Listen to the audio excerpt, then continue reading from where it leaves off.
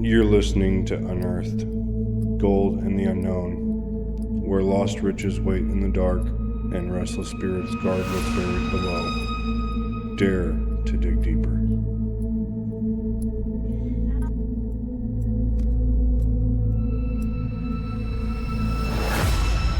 Okay, Nathan, today we're going to my home country.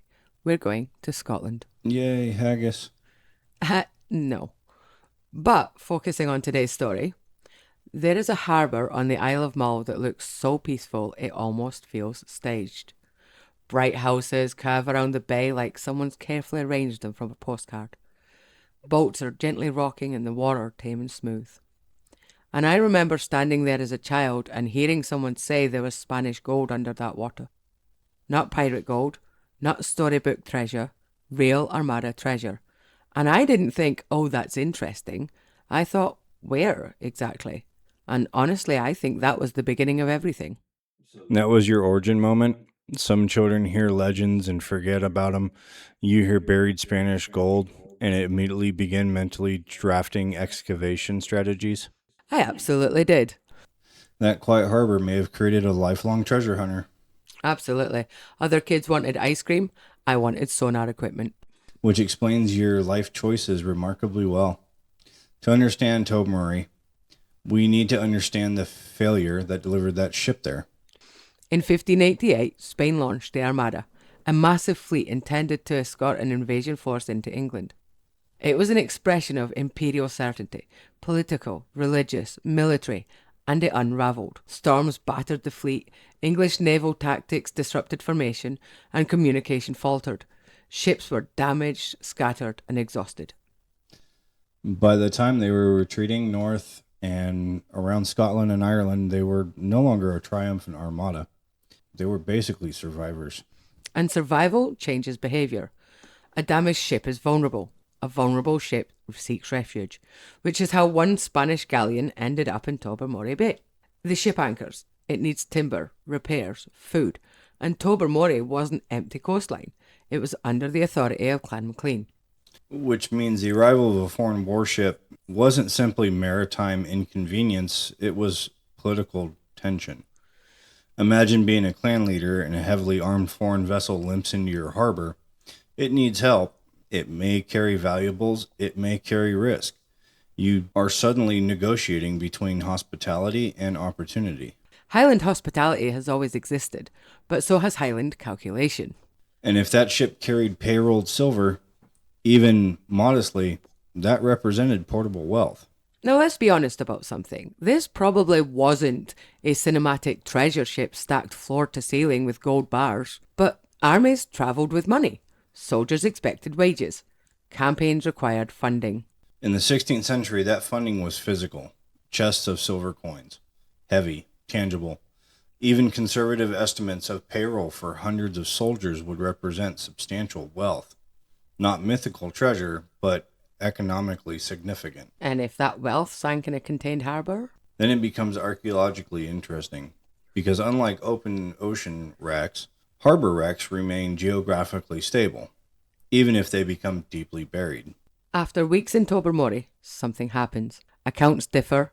Some suggest conflict, some suggest accident, but some suggest sabotage. But the outcome is the same. The ship explodes. And that detail is critical. A powder magazine detonation would not gently sink a vessel.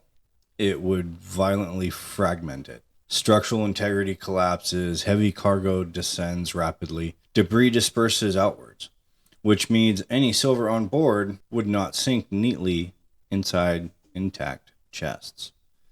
It would scatter, embed, disappear into sediment.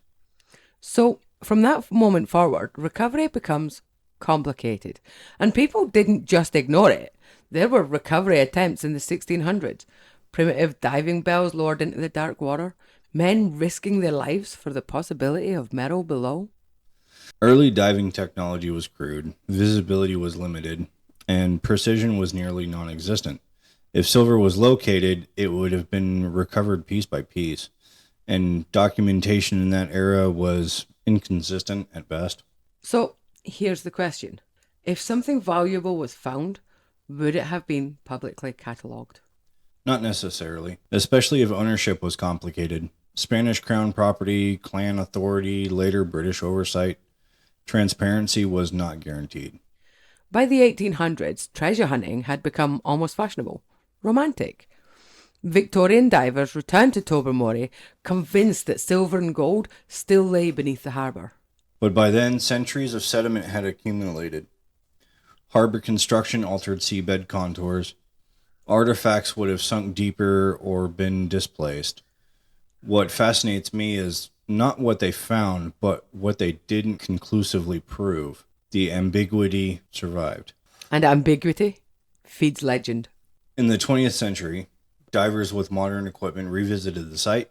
Cannons were documented, wreck debris confirmed, but the treasure narrative remained unclear.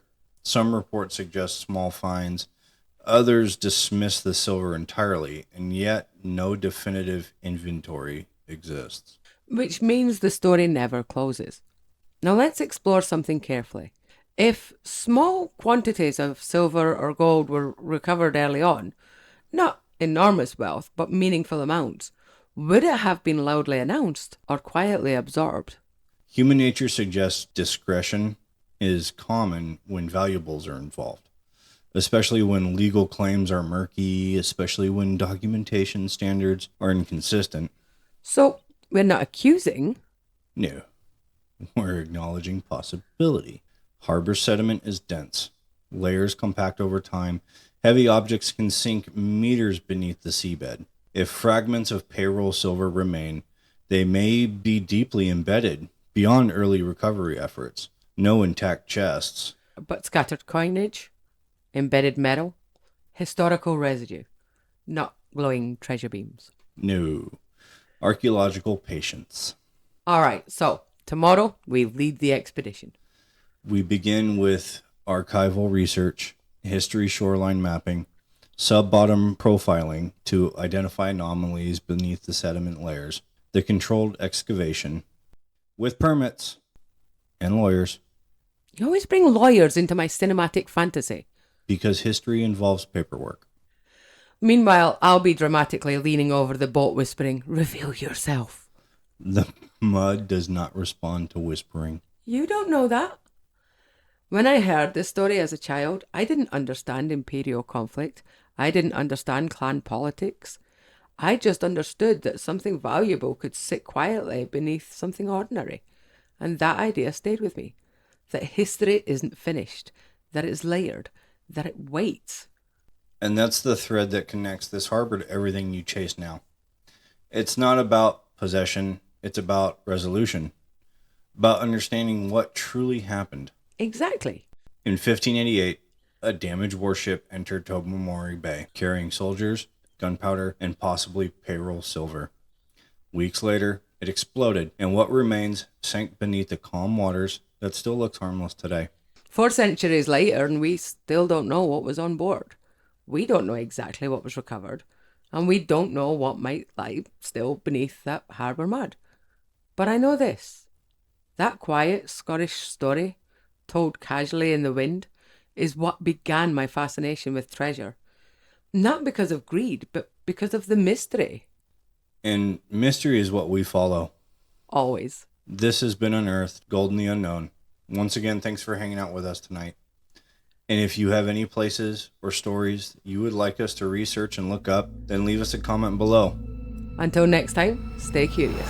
And keep digging.